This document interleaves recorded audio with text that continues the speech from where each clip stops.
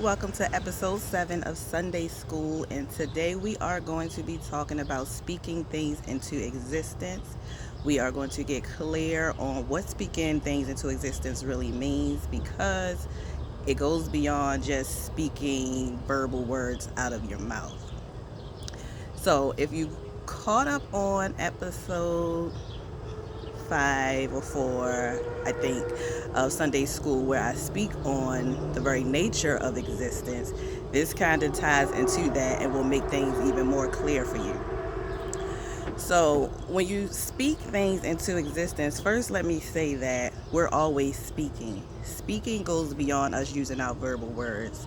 That's how we're able to pick up on what somebody is saying without them saying anything. Like you could just give somebody the eye or look at them a certain way or even your body language, and somebody can pick up on what you're truly thinking or what you're really feeling or whatever message you might be trying to convey to them.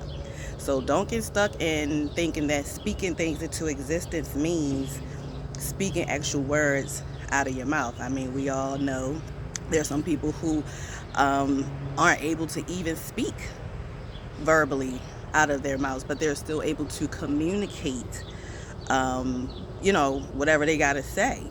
So, speaking and communication is not necessarily the same thing. Speaking is more of like a verbal thing, communication can be done on any level.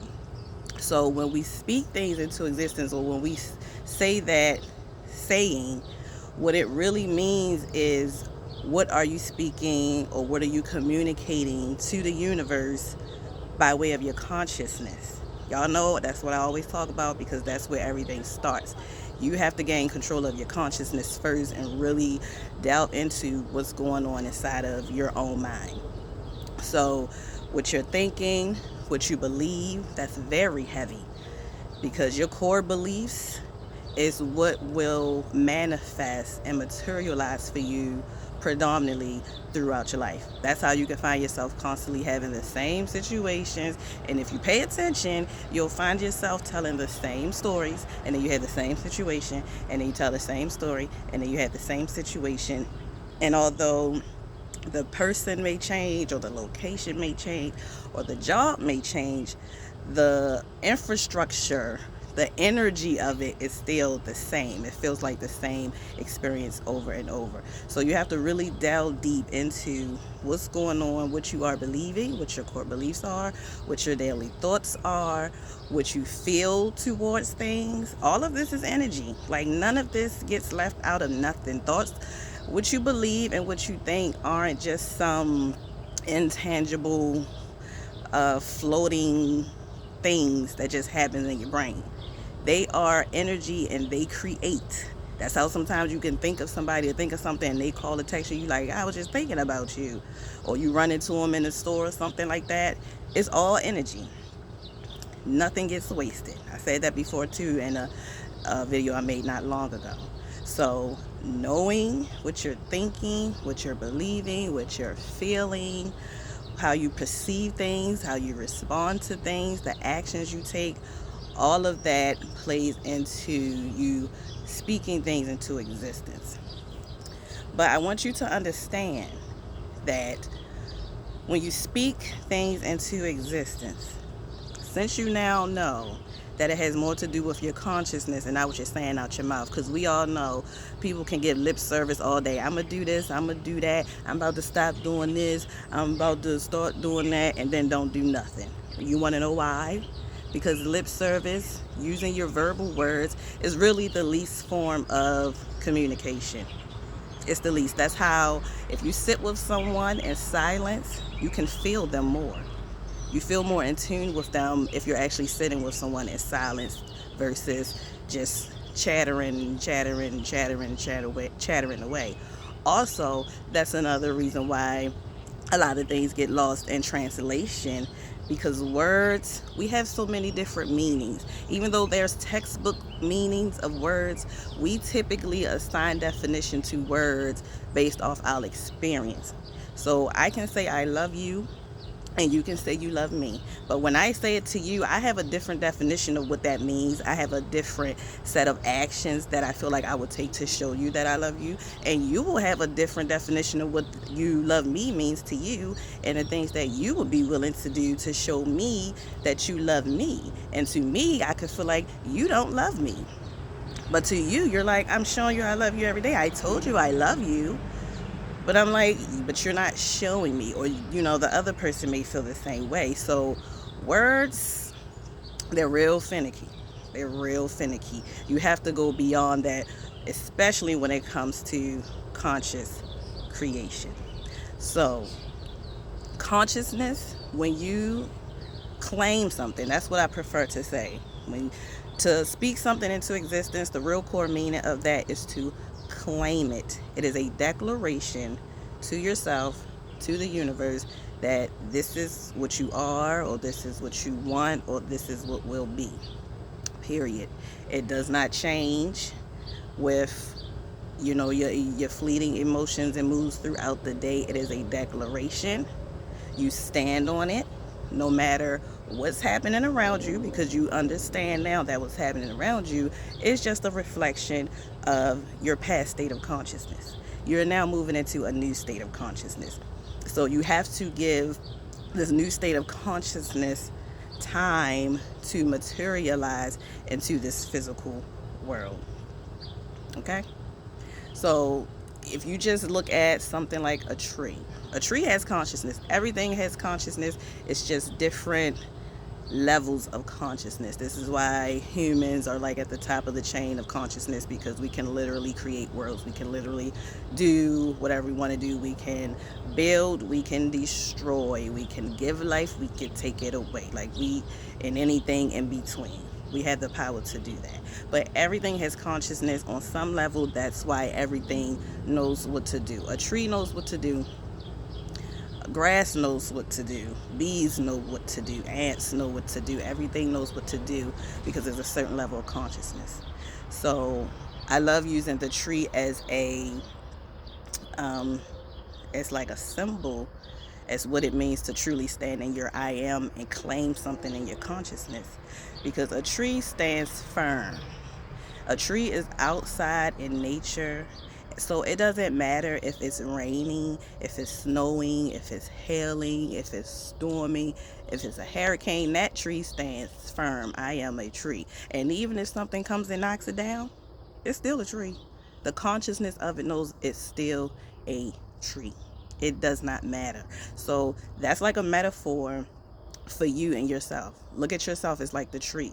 So when you're declaring and claiming something into existence, be like the tree. Stand firm. The wind and the rain and the snow and the storms and all that represents your circumstances. All that mess that's coming towards you or that's still around you, you stand firm. Just like the tree. I am that. I am this. I said this is what it is now, and that's what it is. To also understand that with that comes a level of surrender. A lot of this I've spoken on in my previous Sunday school videos, so if you have not watched them, go watch them and you'll see how it's all tying together.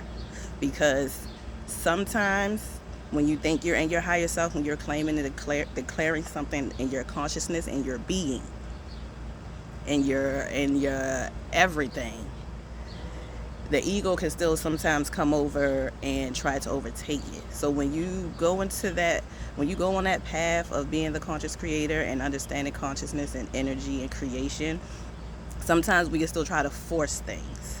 You still have to step back and allow the creator of everything and everyone to do its job.